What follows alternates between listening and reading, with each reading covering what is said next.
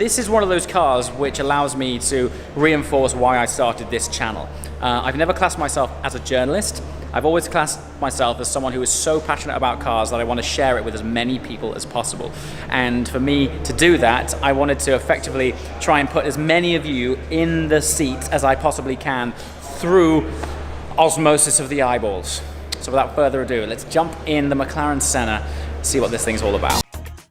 I think it is cool while we have this sort of exploded version of the Senna to run through a few things, starting with what I would say is possibly the most iconic feature of this car, which is this incredibly large wing. It weighs just under 5 kilograms, is able to take over 100 times its own weight. I mean, look at that, that is absolutely effortless. This is one of the main components which contributes to the overall downforce of 800 kilograms. To give you some context, the P1 is around about 400 or just over 400 kilograms. This car weighs lighter than the P1 with almost double the downforce. It's unbelievable. Anyway, next thing, the heart of the car. Now, this is some context for you that I think says it all. There you go. Yeah, this whole tub is just 94.5 kilograms. So that's the entire tub. This is mono cage 3. So this is an evolution of the 720S tub. The whole ethos of this car is all about lightweight. So the seat alone is 3.4 kilograms. Now, I'm not sure if the camera's doing this justice, but that edge that you see there, that is basically the entire thickness of the seat all the way around. And the manufacturing process is what they call balloon forming, which basically means this isn't solid inside. That's not a solid thick piece of carbon. These are two hollow thin skins, which are molded together to make this beautiful ultra lightweight sculpture. Lightweight is taken to an entirely different level with the wing, which, I mean, that kind of says it. That kind of says it all. This is the entire front wing. So this is 660 grams. That's 0.66 kg. Don't forget, this is a road car. So this is homologated and crash test approved road car. How they've done this is Woking witchcraft. And then further lightweight but incredible sculpture, this door. When you stand back from a completed car, you'd be forgiven for thinking that components like this and this incredible sill are additional parts which they've sort of stuck on or screwed on. This is a single formed piece of carbon door, and once again, it's a joke how light that is. It's incredible. I quoted a stat that said that each of these brakes takes around about 7 months to produce, and everyone in the comments was like, that's utter rubbish. I've confirmed this, it's absolutely true. Obviously, they're not making them one by one, but a batch of these would take 7 months. So the layering and compression and heat treatment that is involved in the creation of these, I'm going to convey this into words when we're out there. The stopping performance is truly, it's like a GT3 car levels of braking. And since they announced this car, because the ethos of it is everything that you sort of want from a thoroughbred hypercar. Let's jump in and see what's what. Ah! Or not. There we go, you're in. No, this side's not done. Yeah. Neck muscles, James. Got it. Thanks, mate. Cheers.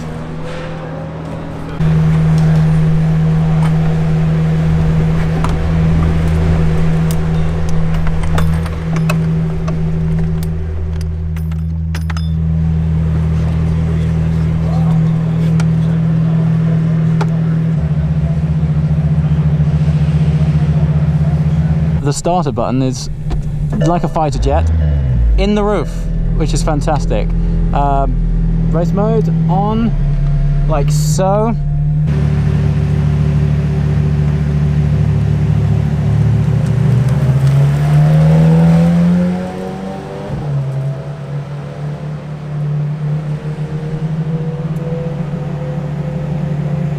Okay, so start finish straight in the Mcalren Senna. I'm going to point you forwards on the camera for this one. This is the 200-yard marker we're doing. That was 285 kilometers an hour. And honestly, at that braking point, your organs smash to the front of your chest, and even your eyes have somewhat of a squirm. And even then, I still think there was a couple of meters left in these brakes. They are absolutely sensational. What's been the most surprising thing about this car so far is actually how approachable it is. I mean, on paper, it reads quite scary. 800 kilograms of downforce, 800 newton meters of torque, and 150 kilograms lighter than the P1, which we all know set some incredible benchmarks. This thing, honestly and truly, I know the words race car for the road gets thrown around a lot. I'm amazed they even managed to get some license plates on this thing. It's just unreal. The lateral grip is fabulous. So I'm sure you can hear as well as just how razor sharp the gearbox is. There's no hanging around with this thing. It's so in tune. And what's great about it is the way that McLaren have dialed in this car. Ultimately, it is still a consumer car, so you're able to build up and up and work up to it. If this was the equivalent of a GT3 car without active aero, it would be quite spiky and a lot more learning. But here we are, at 280. So honestly, the brakes are phenomenal. That's the number one thing that is just it's the braking. You've never felt anything like it unless you've raced a serious race car. Nothing comes close. It's just incredible. And even when it lets go, you can see there it was friendly, you know? When it lets go, it's quite predictable. Even though it has this massive amount of downforce, when a sort of fixed wing downforce car lets go, I mean, it really lets go. But this car,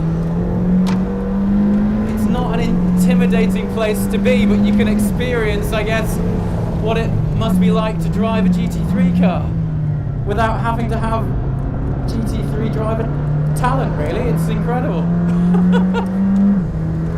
It really is just the ultimate track car that, if you so wish, you can drive home afterwards. Not sure how well your tyres would look, mind you, but it's got, with all this downforce, it really is applying the traction with effortless force. Oh, understeer a little bit there, my fault, going a bit too deep. There.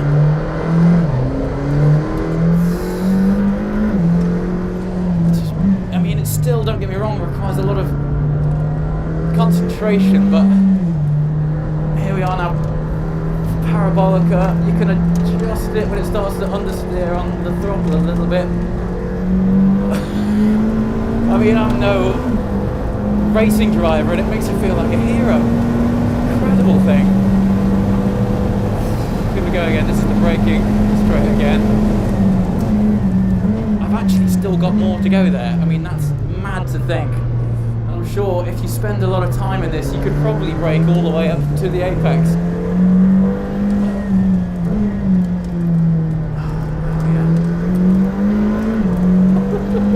What a thing.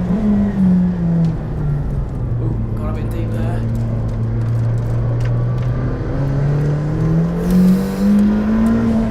It's funny, in this day and age, a lot of the cars in this bracket, I mean, even 720S straight line punch isn't a million miles off this, but when it comes into the dynamic ability of it, I know I keep going on about the brakes, guys, but seriously, it's all about this thing coming entirely into its own under braking and turning and downforce.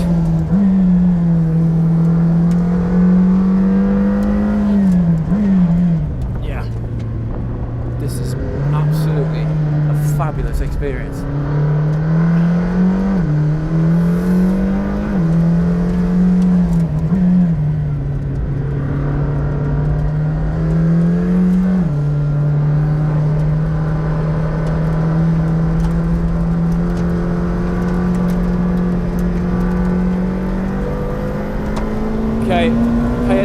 to these numbers here. But more to the point, pay attention to how they go down.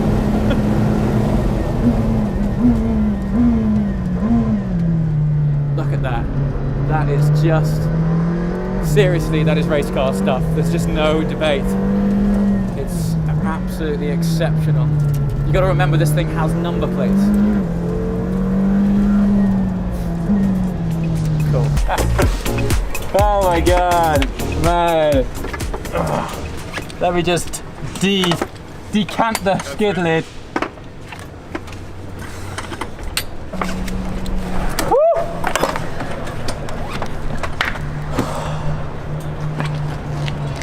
Mate, seriously, like,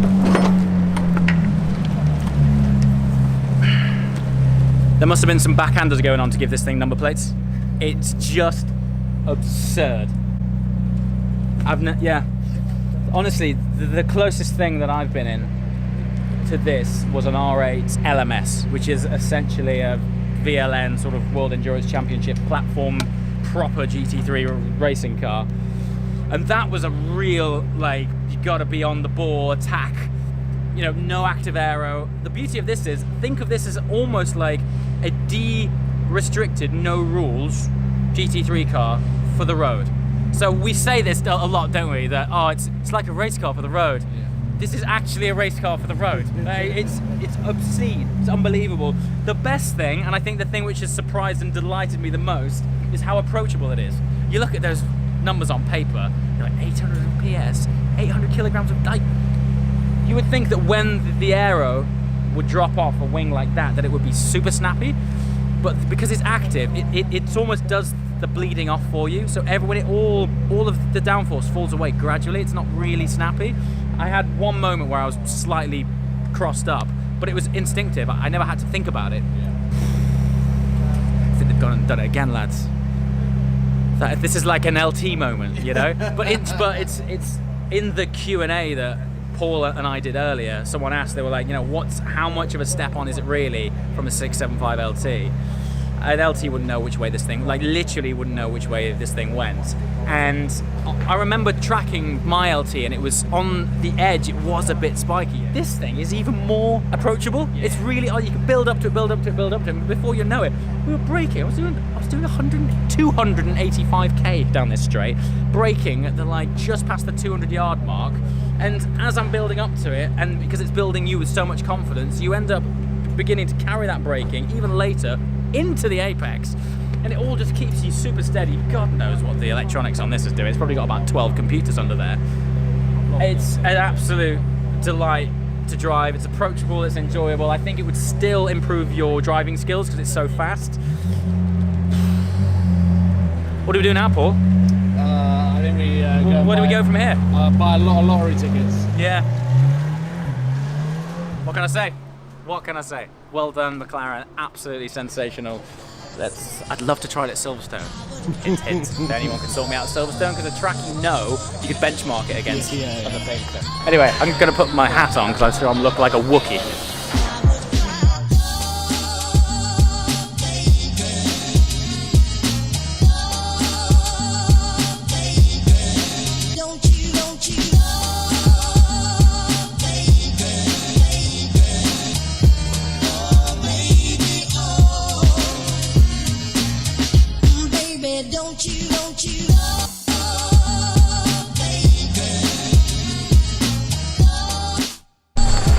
Okay, so that's it for my experience in the ridiculous Mcalren Senna. I thought it was quite appropriate and poignant to finish with the beautiful McLaren P1. In the background is just an example of how far and how fast this brand is evolving. You'll be seeing a lot more of this car online, I'm sure. But for now, thanks for watching. I'll see you next time. Ciao.